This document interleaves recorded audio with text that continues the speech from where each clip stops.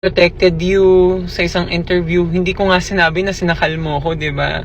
Pero yun talaga yung totoong nangyari. I even choked for how many seconds? Okay, to Mr. Aragon, I'm addressing this specifically to you dahil, to be honest, I'm tired, I'm hurting, and pagod na din akong mag-defend and protectionan yung nanay ko. Sa lahat ng mga interview, sa lahat ng mga nangyari din dito sa social media, napapagod na din ako. Gusto ko na din matapos lahat ng to.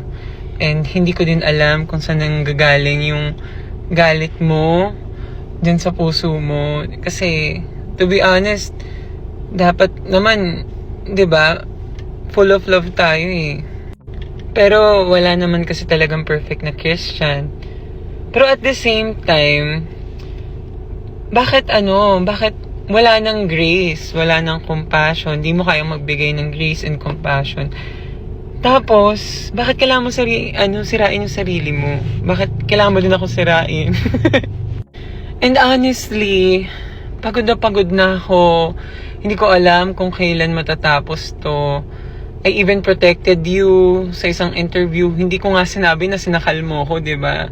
Pero yun talaga yung totoong nangyari. I even choked for how many seconds bago mo tinigil yung sakal na yun. Pero nung time na yun, hindi ko pinersonal yun dahil akala ko nung time na yun, normal lang yung ganung pagdidisiplina. Pero habang lumalaki ako, mali pala talaga yun.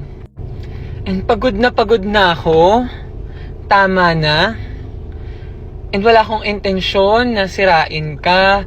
Wala akong intensyon na masira yung family nyo. I'm happy for you guys. Susuportahan ko kayo kung saan man nyo gusto mapunta in life. And let's just focus on that. Let's just focus on whatever we wanted to do in life. Ayun lang. Maraming salamat. Gustong manakit, kuya. Alam ko, trending ka for how many weeks na ba? O with days, hindi ko alam. Ayoko sa salita. Kaso, binanggit mo yung pangalan ko, kuya eh. Binanggit mo kami. Parang kinundinan mo kami. Dahil, inaano namin yung tanggap namin mga anak namin. Dahil members ng LGBTQ. Bakit ka naman, anong pakialam mo? Ikaw ba na may ambag ka ba na kahit ng preschool? Oo. Nabigay ka ba ng baon? Charot lang. Diba? Kasi meron pang palakpak. Woo! Iba yung galit mo, kuya. Woo! Palakpakan na. Hindi na. In fairness, nagkamot ang anak ko at sinuportahan ko. Hindi naman lahat ng palakpakan ako. Marami din naman na makilang-ilan na. Siyempre, of course, mga katulad mo. Hardcore na Christian. Although marami mga kilala din ng mga Christian na may respeto naman. Kuya, ikaw kasi yung galit mo iba eh. Woo! Palakpakan natin. Magkamagalan. Feeling ko, one of these days, makakatain ka rin ng palakpak. O, sa mukha. Charot. Charot lang. As lagi minimension yung Bible, ayokong pag-usapan ng Bible kasi lagi sinasabi, labagit yung Sodom and Gomorrah. Yung totoo ko, andun ka ba? Baka meron ka, baka na Facebook live mo. Charot. Again, nagjo-joke lang ako Pero totoo lang, nairita ako, sa totoo lang. Yun lang talaga. Danta ako sa joke kasi yung galit ka sa buong member ng LGBTQ. Parang, hindi lang sa LGBTQ plus sorry, medyo yung galit ka sa mga panamit, yung mga songs and everything. Ang dami na.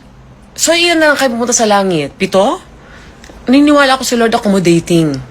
Oo, hindi yan magkatanong pag namatay ako, tanongin yan, ang titingnan niya laman ng puso ko. Makikita niya, hindi perfecto to, pero at least ganito, tama. Ganon na feeling ko. Hindi yung ilang beses sumayaw ng spaghetti pa ba? Gumiling ka, di ba? Ilang beses ka nakita ko yung kot mo sa shorts. Di ba? I mean, come on. Niniwala ko na meron tayong Panginoon na accommodating. Oo, kasi feeling ko parang kayo-kayo lang. Meron ba kayong GC? Ni Lord, tsaka ni Jesus? Oo. Again, nirespeto ko lahat ng religion, even sa mga hindi nila sa religion. Nakalagay nga sa Bible, kung Bible pag-uusapan, love thy neighbor. Walang nakalagay doon na love thy neighbor, puwera sa mga bading at mga tomboy. Diba? Ang hirap eh. Ang hirap, ano yan eh. Kasi kung literal natin nga ano yung Biblia, yung pag-usapan kasi hahaba. Ang sabihin ko lang, hanggat wala kang inaapakang tao, naniniwala ako si Lord, may sarili akong relationship kay Lord, wala nang pakialaman, wala tayong pakialaman doon. Personal relationship natin yun. Mapabakla ka man, tomboy, arusep, halamang dagat. It's between me and him. Wala dapat humusga. Oo. O, kuya, dahan-dahan din. Pwede ka na magsabi ng opinion mo. Pero para i-drag mo yung name namin na parang akala mo asama-sama magulang. Medyo ano ka doon, kuya. Sinasabi ko sa'yo. Oo. Ulitin ko, love thy neighbor. Sa Biblia yan. Oo. Tsaka diba, nakalagay sa Biblia, God is love. So, again, respeto lang sa atin, sa isa't isa bilang tao. At kuya, sana kumalma ka. At wag mong husgahan ang pagkapalaki ko sa anak ko. Uulitin ko, at least hindi kriminal, hindi nag-addict, hindi addict or something. Hindi kami biyat, hindi perfecto ang relationship namin. Pero, masabi ko, may tama akong ginawa. Pangalan to, pangalan mo, anak, sa kanyang, nakalimutan yung pangalan. O basta yun. O kung nanonood ka, hi.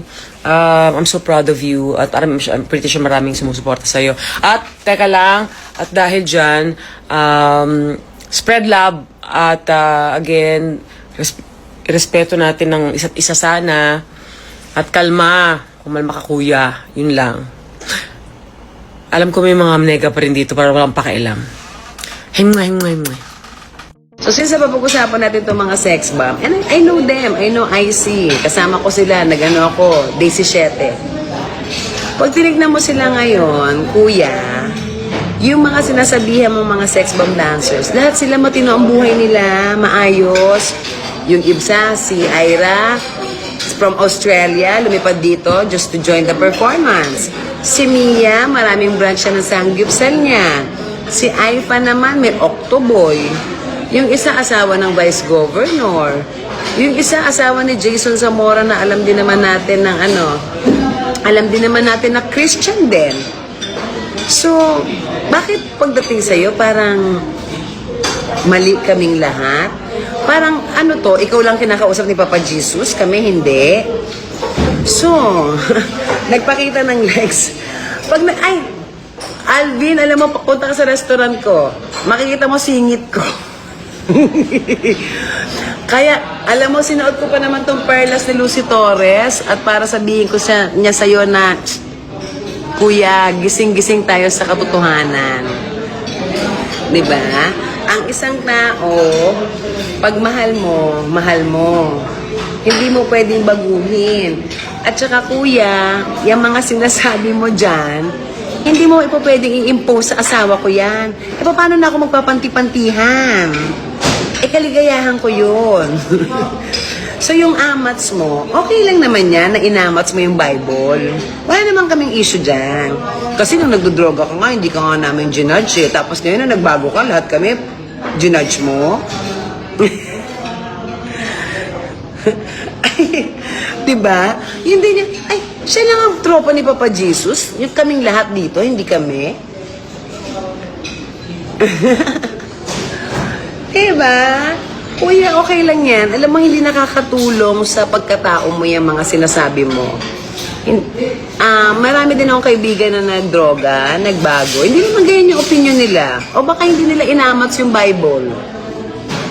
At saka sasabihin mo na kung kayo, mga nanay, may mga maliliit kayong anak, dapat pag nasa bahay kayo, huwag kayong magsuot ng bra. Kuya, alam mo, ang dali mong sabihin yan. Dahil hindi ka nanay. So, ikaw kaya, itry mo, magsuot ka ng bra. Yung maghapon lang for 1 week, the whole week, magsuot ka ng bra para alam yung feeling ng nakabra. Tama? Ito na talaga. Yes, di ba, Arlene? Nanggigil ako doon sa kay kuya Kung ano-ano mga pinagsasabi, naakala mo laman, siya na talaga yung yung leveling ng mga, sino bang pinakamataas na taong kakilala ko? Mataas. Saldi ko. Mataas magnakaw yun eh.